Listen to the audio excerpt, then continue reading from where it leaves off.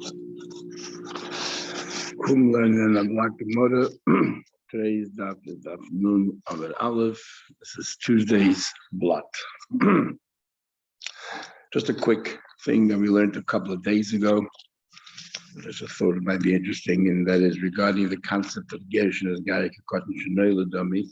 We learned just a daf Mem Ches on the base on the bottom. We asked why is it a gate in today's suffer? And we first said because they're being punished now for the 7 mitzvahs b'nei Noach they haven't fulfilled while they were goyim. Biasi says that when you're talking about a ger that's converted, is like a newborn person. Why should he be responsible for what the other person did prior? So what exactly they're arguing in? And if it seems simply they're arguing whether a ger should is gari kikotin dummy, but that's very difficult to say because it's an axiom that we all accept that a ger that converts is like a newly born person, and we don't find anyone arguing anywhere. Why suddenly are they arguing now? So what exactly are they arguing in? Then we see further in the Gemara. The Gemara says at the end that you know why they get punished, but you know why they suffer? Because they should have become a ger earlier. Why did you wait until that moment? You should have become earlier a ger. Which begs the question, but if a ger should have got what do you mean earlier? There is no earlier. Whenever he converts, that's he's a new person. That's when he was created. So possibly we've seen like this. The question is, when we say that the difference of Eden and Goy, is the difference between the Eden and Goy is that they have 7 mitzvahs and we have 613? Or is it that our 613 mitzvahs, including those 7 mitzvahs that they do, have nothing to do with each other? Totally unrelated to each other. Even all the aspects that we do similar in those 7 mitzvahs are not related to each other. And that would be the machlekes. If we learn that the Zayin mitzvah b'nei Noach are the same mitzvahs that we do as the Yid plus the 606 we do more than them, and even the Zayin mitzvahs, they have certain details that only apply to us. So that's where we're unique. But everything that's similar, it's no different between us and them. So then you can't say Gershon is guy because even as a Yid, you should have been responsible for those Averis, and therefore you get punished. Biasi, however, believes that the 7 mitzvahs of a Goy are totally different than the 7 mitzvahs the way they are by Yid. By us, they're part of the 613, and therefore you're a new person. Why should you be liable for them? And that explains also when we say you should have become a Ger earlier. That means that you had a neshama, Yiddish neshama, and that neshama remains, but it becomes manifest. So that part of it never changed, and therefore there's no inyan of Gershon as a guy couldn't shenel me. Your neshama was there always, and therefore you should have become a Yid earlier. What's interesting is also the Ritva over here wants to learn that this is the basis. By Rus, we said that because you came early, it's as if you came early, because whenever she came, if she became a Yid, that's as if it became early, because it's a new person. And that says that it was the mocker for the halacha that a Gershon is guy kontinuel, which we discussed once before. Where is the mocker for that? The Baal Turim in Parsha Kesava gives you another mocker, but that's what the Ritva says. So now we'll go up to Pedig, Rabbi Gamliel Omer. And the 5th Pedig Yevamos. This is back to the laws of Yevamos. They're quite complex. So basically, we have that you can either marry the Yevama or you give her a chalitza. By giving her a chalitza, you've severed all your ties, and therefore the Rabbanan treat a chalitza like a divorce, and just like by a divorced wife, you're not allowed to marry any of her relatives. So too by a chalitza, you're not allowed to marry any of your relatives. Then we also had the concept that if you gave a maimer to one of the Yevamas, if you gave a maimer to a woman, which with the Rabbanan, we learned to hold that a maimer is very strong. But the Rabbanan say that a maimer does part connection, a part zika. So to sever that maimer, you'll have to give her a get. But that get is only for the maimer. It ends the maimer, but doesn't end the zika, that bond. For that you need chalitza. And then another option is if you gave a get to the Yevama. If you gave her a get to Yevama, then the Rabbanan as if you gave a get. And we'll see tomorrow why we recognize it. And therefore you've sort of severed part of the tie that you had with her. we now say, I shall leave the Elohim Bayis, you no longer want to build a house, you can no longer marry her. And therefore you have to give her a chalitza. So we learn a number of cases which could either be one man, Reuben died, left behind two wives, and Shimon decides, instead of just doing a chalitza yibum to one of them, he does something to both wives, as we'll see. And the four possibilities are either chalitza yibum, but also either give a maimer or a get. Or we're talking about where Reuben died with left behind one wife and had two surviving brothers, and each one decided to give her something. So the question is, what is the validity of the second person's doing? Okay, so the Mishnah, Rabbi says, "Ein get acher get." Says, if you gave a get, let's say to Reuben died left behind two wives, you gave a get to the first wife, the second wife no longer is valid. The second get you gave, it has no meaning whatsoever, and therefore her relatives are not forbidden to you at all. It's only the relatives of the first person that are forbidden to you. Nothing happened. Why? Rashi explains interesting, which is more like Rava's way later on, that in Gamliel is in doubt. What happens? Does the get actually sever the ties or not? Well, if the get severs the ties, so you no longer have any zika. So of course the get to the second wife does nothing. And if the get doesn't sever the ties at all, then neither does the get to the second wife sever the ties. So therefore, the first wife gets a suffix. We're going to treat as if the get is valid and you can no longer marry your sister. You have to do chalitza because you try to reduce that nexus between the two of you. But the second one doesn't. That's the view of the Gamliel. So Gamliel says there's no get after a get. If you gave kedushin to one of the women, the second maimed doesn't do anything anymore. You don't need a get to remove the second maimed because you're only allowed to have one woman to have one wife, not two wives. And therefore you're not usher anywhere else. Nor is there, if you, let's say, had relations with one of the women, fine, you consummated your yibum, but not the second wife, nothing happens at all. Because it's only znus, because it's no longer a zika. So it's only znus. Nor is there chalitza after chalitza. Once you sever all your ties, then when you sever a second time, what do you sever it? So there's no chalitza after chalitza. So it's meaningless. So therefore, her relatives, for example, the second wife is not also to you whatsoever. That's what I'm going to leave you. The Chacham, however, they say that when you give a get, you did reduce partially that zika, but there's still a zika left, and that's why you still need to give a chalitza. So if you give a second get, you just reduce further that bond. So therefore, the second get does have some validity, which means that not only are you forbidden to the relatives of the first wife, you're forbidden to the relatives of the second wife. The Chacham say that yes, get acha get. The Chacham say there is a get after a get. And they say, yes, maimer acha maimer. There's also maimer after a maimer. Once you did be'ilah, which means you consummated the yibum, then we agree with Rav Gamliel that there's no second, you can't do a be'ilah a second time because you already, once you're married, as you married it. And there's nothing happened. And therefore the relatives of the second one, nothing is not usher to you. And yeah, says more further. So after chalitza, there's nothing. Now the Mishnah says we're going to give a new example. It's not a continuation of the first part of the Mishnah, but the Mishnah starts saying here that that the Yevamos goes ahead and does two. We're going to talk about the different options that you can make overtures to the Yevamos. Case and let's say you have. There's only, forget it, but we're not talking about a case here where there's one Yavam and two wives of Reuben, or two brothers with one wife of Reuben. We're talking about a normal case where there's one brother Shimon, and Reuben had one wife. So what happens if the following? Also, the Yavam went along and went ahead and did a minor, came along, let's say Shimon, and did a minor with Leah, Reuben's wife. And then the Nasan the get, he gave her a get. Now, that get obviously absolves or removes the maimer.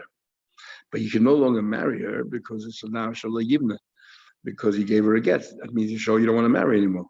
But on the other hand, the get only removes the maimer, doesn't remove the zika. So for that, you need chalitza. You need chalitza.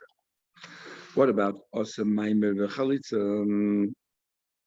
What about first he did a Maimer to Leah, and then he gave her a chalitza, not not a Maimer and a get, a Maimer and a chalitza. So chalitza ends the zika, but doesn't end the Maimer. So therefore, tzichem and a get still need a get. What about Osa Maimer? He did a Maimer and then a ball. And then he consummated it. Well, he did the right thing. Not that this is the way it's to be done, but there's nothing wrong. So now they're husband and wife. Okay, what about if Nosan get he gave a get to the Yevam, then but also he gave a get to sister-in-law, so Shimon gave a get to Leah. And then after he gave her a get, which he further reduced his ties, and he went ahead, but also Maimed. He went ahead and gave her a Maimed. So what happens in this case? In this case, tzricha get the chalitza. So you need a get for the Maimed you just gave her, but you also need a chalitza because the first get that you gave her didn't completely sever the ties, and therefore you need to give a chalitza to remove the zika. What about Nosan get? He gave a get, but instead of giving a Maimer, Ubo gave her a get, which tells us he should never have married her now because of Shliv Levais, and then he defied us, Ubo Yabila. So this bia is called a bia psula. It's a weak bia because he should never have done it. Once he gave her a get, he showed us he doesn't want to marry her, so it falls under the banner of Shliv Levais, and it's allowed. But the Rabbanah says he should no longer marry her. And therefore, he goes ahead and it's a weak bia. Because it's a weak bia, it doesn't conclude the yibum. Tzricha get, you need a get for the beila, and you still need a chalitza to remove the total zikah that you have. What about Nosan get? He gave her, we look every time we're going to go through all the four options. He gave her a get, and then he ended all the ties. Then there's nothing to be done anymore. He completely severed all the ties. What about cholatz? He gave her a chalitza first. So he severed all the ties, and then he did a maimer, or then he gave her a get, or then both had relations. It's like a stranger. Because by giving chalitza, you remove all your bonds, all your ties. A ball. Well, what happens? He did be'ilah first, which means on the contrary, he now sort of miyabim. So he went ahead and miyabim her, and then what's the value of the maimer after he married already? Or let's say ball the menos laget, or b'chol give chalitza. Ein acha chalitza klum. So that chalitza, we go back to the case where he gave chalitza first. Well, the Mishnah misses out to say, but if he gave bia first, I think Mo will discuss why he misses out. There's nothing then. Ein acha chalitza klum. So there's no longer yibum. Even if he marries her, there's no longer yibum anymore. Now it's a full-fledged wife, and all the laws of a husband and wife come into play. Okay, then the Mishnah continues. Achas Yevam, Achas Yevam Echad, the same thing will apply. If you have one Yevam, Reuben died left behind Leah, let's say, and one Yevam, you have Shimon, or Achas Te Yevam, Yevam Echad, or Reuben died left behind two wives, Leah Rachel, to his brother Shimon. Case, so now we're going to talk about a case where you have two Yevamas, Rachel, Leah Rachel, two Shimon. Similarly, we're going to go through all the different options. Also, Maimeh Bazu, Maimeh Bazu. He did a Maimeh to Leah, and that's you're only allowed to have one wife or one Yevama, and he did a Maimeh to Rachel as well. So Tzricha Shnei Gitin, as far as the Maimeh is concerned, with Rabbanah is condition, so you need a get, but you also need Chalitza. You can no longer marry them. You no longer marry them because you can't marry two wives. And since they're both connected to you, so therefore you have to give Chalitza. What about Maimeh Bazu, the get Lazu? He gave a Maimeh to Leah, and he gave a get to Rachel. So as far as the Maimeh is concerned, you need a get. But since you gave a get to the other wife, you can no longer marry because you just did Asher L'Yivim the Bais. So therefore, you got to give a Chalitza. What about Maimeh Bazu or Balazu? Maimeh to Leah, and then you boil to Rachel.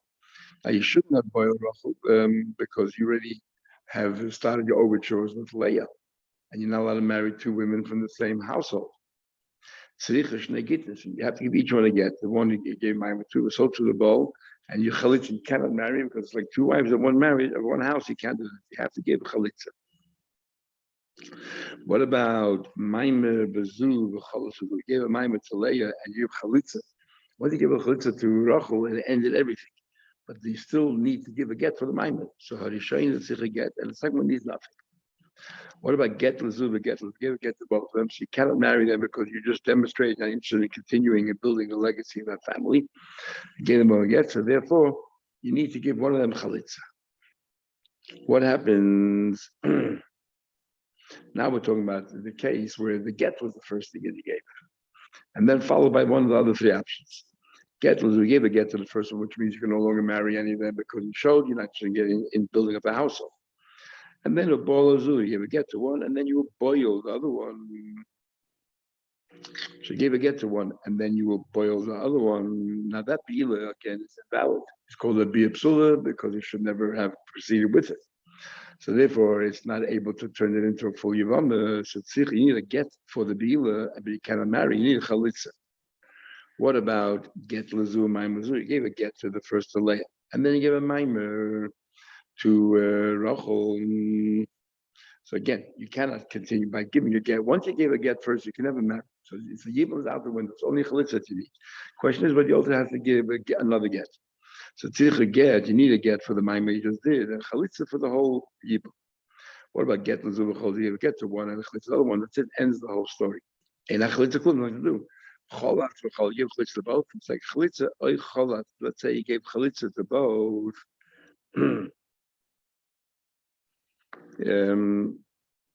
Yeah. So you gave a chalitza to both. You gave chalitza to Leah, or you gave a chalitza to Rachel. Cholat was the maimer. You gave a chalitza. Chalitza ends the whole relationship. You don't bond anymore. And then you're the maimer with other wives like a stranger. Nothing get. Okay, cholat was the maimer, or let's say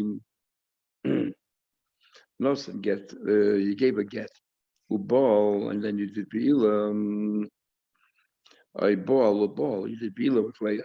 And you did Bila, you had relations again. Once you did Bila with Leah, that should have ended. Now that you did Bila and you have no more tie anymore, because now she's your wife, so you have no right to Bila with the other woman. A ball, or you a boyo, let's say Leah, and then you did a maimer again, which is superfluous. To Rachel, Nosan, you get the cholat, or let's say you gave a get, and then you gave chalitza. Ein acha chalitza klum. Once you get chalitza, there's nothing else that matters at all. So now the Mishnah continues. Let's say ben yom what happens all the way around? You have one yavam and two yavamas. So ben shnei yavamim livamachas. That's what we talked about till now. But the same would apply if you have two brothers, Shimon and Levi, and they went ahead and they both decided to make some kind of relationship with Leah, Reuben's wife. So we go through the case as well. Again, Cholat, first he gave Chalitza, one brother, later Shimon gave Chalitza, ends the whole Yibam. And then also Maimer comes along, Levi, and gives a Maimer, or Nosan get. Shimon gives her a get, which means you can no longer get married because you said, I shall leave the Bible to the house. And then a ball. And then Levi goes ahead and does Bia with her, which is a very weak Bia, like Baal, or he had Bia with, let's say, Leah. Shimon had Bia with her. Then also Maimer then comes along, Levi, and gives a Maimer, doesn't get, or Shimon gives a get. B'cholat to Levi chalitza, ein chalitza klum. There's nothing after chalitza. It doesn't matter. Bein b'tchila. It doesn't matter whether it was in the beginning. It makes absolutely no difference. Whether the chalitza say was the first act that you did, so then you severed all your ties, or bein b'emtza. Even let's say it was in the middle. You did a maimer, then you chalitza, and then you did something else afterwards. Or bein b'seif, or whether it's the end. Chalitza ends all relationship between the two. What about when it comes to the rule is as follows. When do we say whatever happens afterwards is meaningless because it's already a full-fledged wife? Only if it's the first act, but but if it's the middle act, or let's say let's say the middle, and then after the bila, you did one thing of minor, then you did a bila, then you do something else. or safe. That was the last thing he did. Since you should never have married, let's say you gave a get first. Since you should never have married, it's called a weak bia. Therefore, yes, because it's a weak bia, therefore it didn't really consummate the relationship, and there's still a zika there. And because there's still a zika there, you can still do things and they have an effect. However, and Mechemes agrees. He says, even bia, nothing is valid afterwards. Said the Gemara, when are they arguing get? When does the Gemara argue only by a get after a get? Let's say for you first gave one get and then you gave another get to the other woman or maimer acha maimer.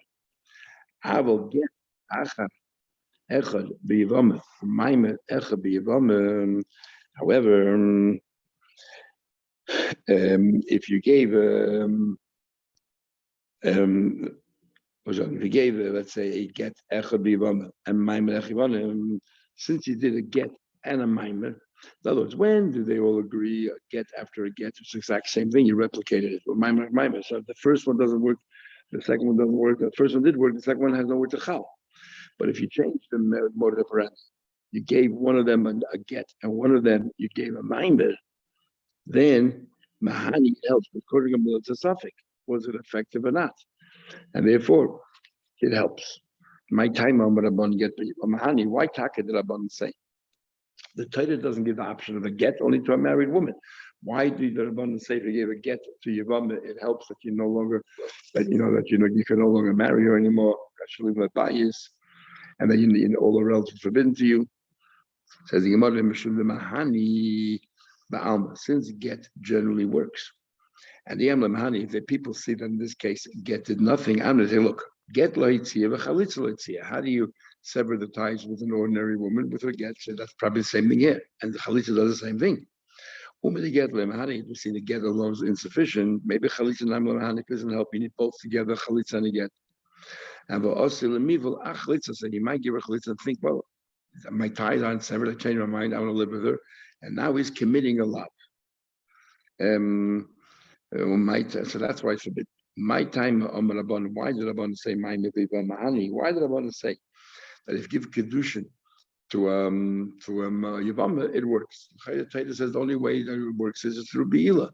Yet we say that Rabban say that if you gave a kedushin, it does work. Why? Again, people might make an error, and that is the mahani malmagenda kedushin gets you betrothed.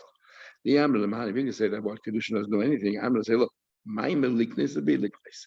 What's kedushin? Kedushin is supposed to tie the knot, and bia ties the knot.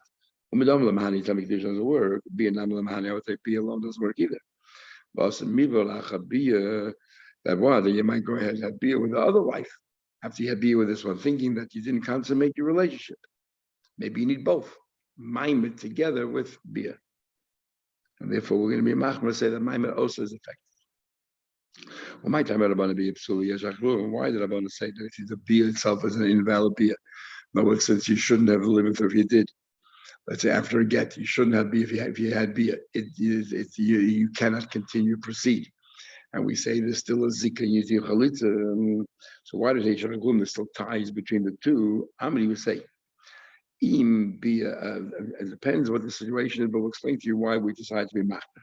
If, let's say, the reason why bia is disqualified, because first you gave her a get, and then you had bia, get to gezeda, I'm worried that bia, get, in this case, you gave her a get, and then you had bia. If we're going to say, continue and get married to her, I'm worried we should be a chalitza the next time you give a chalitza, because people think that equate chalitza to get, and then you'll have bia. You have to think it's all right.